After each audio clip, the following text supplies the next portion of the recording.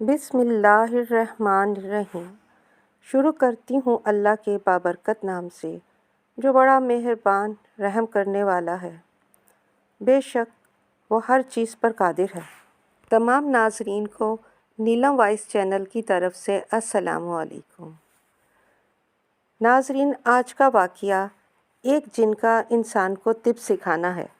ابو یاسین فرماتے ہیں کہ ہم حضرت حسن بصری کی مجلس میں مسجد میں بیٹھے ہوئے تھے۔ آپ اٹھ کر اپنے گھر چلے گئے اور ہم باتیں کرتے رہے۔ ایک دیہاتی آدمی قبیلہ بنو سلیم کا آیا اور اس نے حضرت حسن بصری کا دریافت کیا۔ میں نے کہا یہیں بیٹھ جا۔ وہ بیٹھ گیا۔ اس سے معلوم کیا تجھ کو کیا ضرورت ہے؟ اس نے کہا میں ایک گاؤں کا آدمی ہوں۔ میرا ایک بھائی تھا نہایت عقل مند۔ اس کو کوئی بلا چمٹ گئی ہے اور اس کو اتنا پریشان کیا ہے کہ ہمیں اسے زنجیروں سے باندھنا پڑا۔ جب ہم بیٹھے ہوئے باتیں کر رہے تھے کہ ہمیں کسی نے غیب سے آواز دی اور سلام کیا۔ ہم نے اس کا جواب دیا مگر ہمیں کچھ نظر نہیں آیا۔ پھر اس نے کہا ہم تمہارے پڑوسی ہیں، تمہاری پریشانی نہیں دیکھنا چاہتے۔ ہمارے ایک بے وقوف نے تمہارے اس آدمی کو پریشان کر رکھا ہے۔ ہم نے اسے بار بار سمجھایا ہے مگر وہ نہیں مانتا۔ اب ہم آپ سے معذرت کرتے ہیں اور جب فلاں دن آوے تو تم لوگ جمع ہو کر اس کو باندھ دو، کیونکہ اگر وہ غالب آ گیا تو پھر تم کبھی بھی اس کو قابو نہیں کر سکتے، اور اس کو اونٹ پر سوار کر کے فلاں وادی میں لے جاؤ۔ وہاں سے گھاس لے کر اس کا چورا کر کے اس کو اس کے منہ میں ٹپکاؤ اور اس سے ہرگز پیچھے نہ ہٹنا۔ اگر پیچھے ہٹے تو ہرگز اس کو قابو نہ کر سکو گے۔ میں نے کہا اس وادی اور گھاس کی طرف رہنمائی کون کرے گا؟ اس جن نے جواب دیا کہ جب وہ دن آ جائے جو اس نے بتلایا تھا تو تجھ کو ایک آواز سنائی دے گی، اس کے پیچھے پیچھے چلنا۔ جب وہ دن آیا میں نے اپنی قوم کو جمع کیا اور اپنے بھائی کو باندھ کر اونٹ پر سوار کر کے لے کر چل دیے، مگر اس میں اب وہ شدت و قوت نہیں رہی تھی جو پہلے تھی۔ ہم کو اپنے آگے آگے یہ آواز سنائی دے رہی تھی کہ آتے رہو اور اس کو مضبوط پکڑے رہو، ہرگز پیچھے نہ ہٹنا۔ اگر پیچھے ہٹے تو یہ قابو میں نہیں آ سکتا۔ بس جب ہم اس وادی میں پہنچے اس نے کہا اونٹ کو بٹھا دو اور اس کو مضبوط پکڑے رکھو۔ اب ہمارے اس بھائی کی شدت اور قوت کم پڑ گئی۔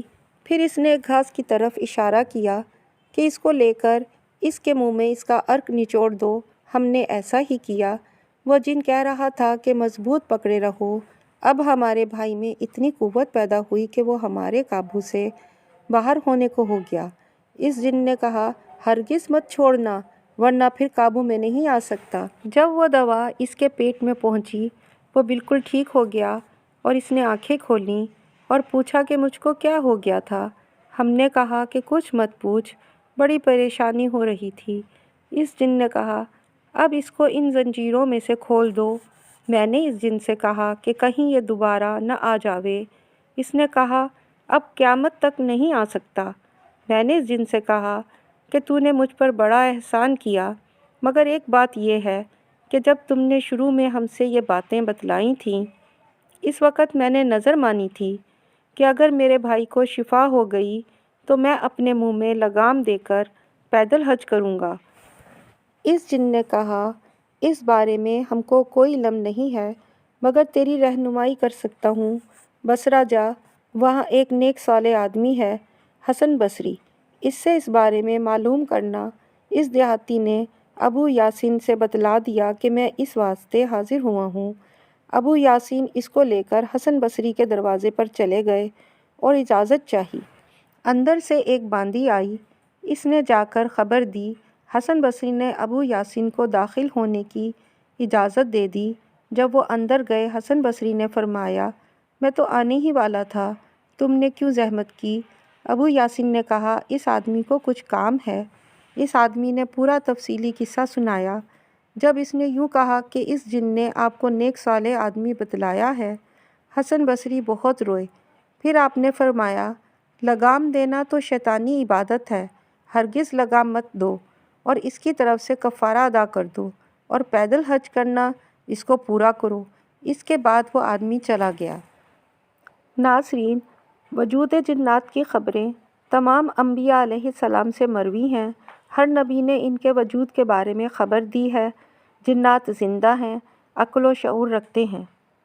امید ہے کہ آپ کو ہماری ویڈیو پسند آئی ہوگی، اور مزید اس قسم کے واقعات، حکایات اور کہانیاں سننے کے لیے ہمارے چینل کو سبسکرائب کریں۔